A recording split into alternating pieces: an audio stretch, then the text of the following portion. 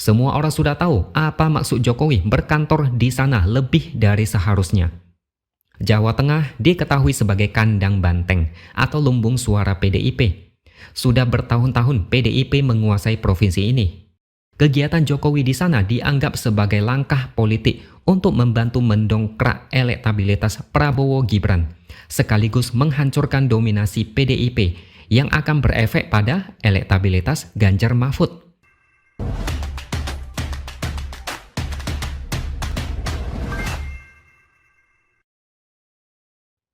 Halo, bertemu lagi dengan saya, X Hardy, di Opini Seaworld. Para pendukung Prabowo suka mengatakan tingkat kepuasan rakyat terhadap Jokowi sangat tinggi. Sehingga Prabowo Gibran pasti menang. Menang satu putaran. Prabowo didukung Jokowi dan pendukung Ganjar pasti ketar-ketir dan kebakaran jenggot. Kepuasan rakyat yang mana? Bahkan dengar-dengar, Jokowi aja sekarang kurang yakin dengan hasil survei tingkat kepuasan rakyat. Jokowi sepertinya sadar dia sudah melewati batas dan bertindak terlalu jauh. Jokowi nggak mungkin nggak tahu apa yang sudah dia lakukan sampai sejauh ini. Jokowi dulunya didukung habis-habisan, dibela mati-matian dari serangan oposisi dan barisan sakit hati. Mereka akan mengkritik balik jika Jokowi dikritik. Tapi sekarang Jokowi sudah menjadi orang lain. Dulu disayang, sekarang seolah dibuang dan ditinggalkan. Dulu diapresiasi dunia internasional, sekarang sering mendapat pemberitaan negatif. Dulu benar-benar membangun untuk Indonesia. Sekarang dia seolah sibuk membangun dinasti untuk keluarganya. Bahkan tingkat kepuasan publik atau approval rating terhadap kinerja Jokowi berpotensi makin turun karena ada sebuah gerakan unfollow atau berhenti mengikuti akun media sosial Twitter Jokowi. Gerakan unfollow ini adalah sebagai bentuk kekecewaan atas statement Jokowi yang menyebut presiden boleh memihak dan berkampanye. Beberapa yang melakukan gerakan unfollow diantaranya adalah pendukung setia Jokowi yang sudah memilih dia sejak Pilpres 2014. Bahkan sebagian adalah akun-akun yang memiliki banyak follower, sehingga follower mereka ikut melakukan unfollow. Mereka yang memutuskan unfollow adalah mereka yang sudah kecewa. Mereka merasa Jokowi sudah berbohong. Dulu mereka pasang badan mendukung selama 2 periode, tapi tidak pernah menyangka bakal dibohongi separah itu. Banyak yang sangat kecewa Jokowi mau berpihak dan berkampanye. Jokowi bukan lagi seorang kesatria karena memutuskan cawe-cawe di pemilu. Gerakan ini adalah salah satu efek dari cawe-cawe Jokowi yang sudah melewati batas toleransi. Jokowi sudah mulai mengobrak-abrik sehingga demokrasi menjadi berantakan.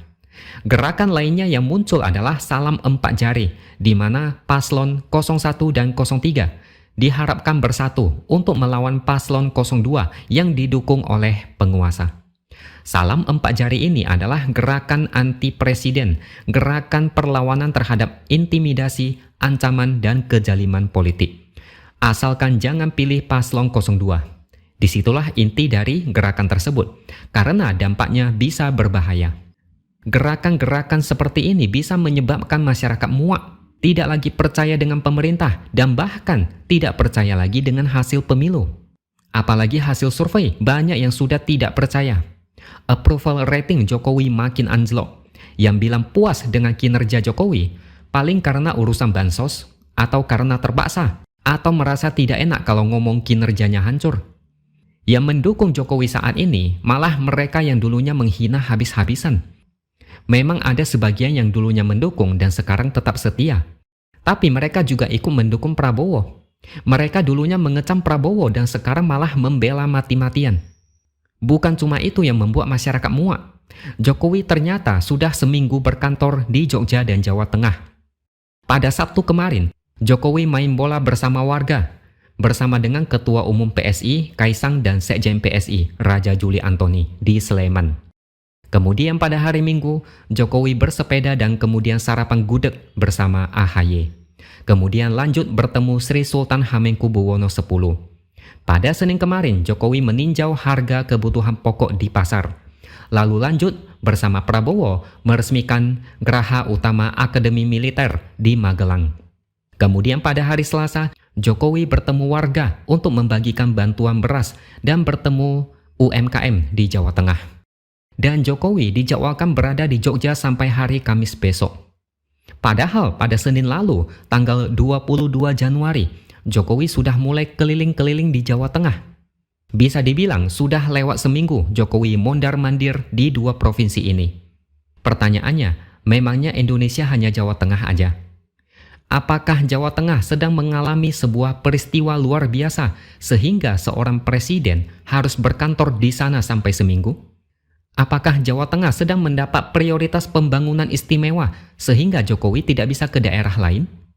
Atau apakah Jokowi sedang melakukan manuver politik terselubung untuk membantu capres tertentu? Semua orang sudah tahu apa maksud Jokowi berkantor di sana lebih dari seharusnya. Jawa Tengah diketahui sebagai kandang banteng atau lumbung suara PDIP. Sudah bertahun-tahun PDIP menguasai provinsi ini.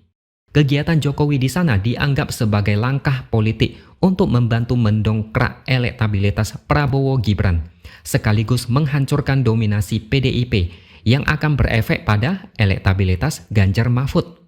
Sekali lagi, Jawa Tengah tidak dalam kondisi kritis atau mengalami peristiwa parah sehingga harus memerlukan perhatian khusus dari seorang presiden.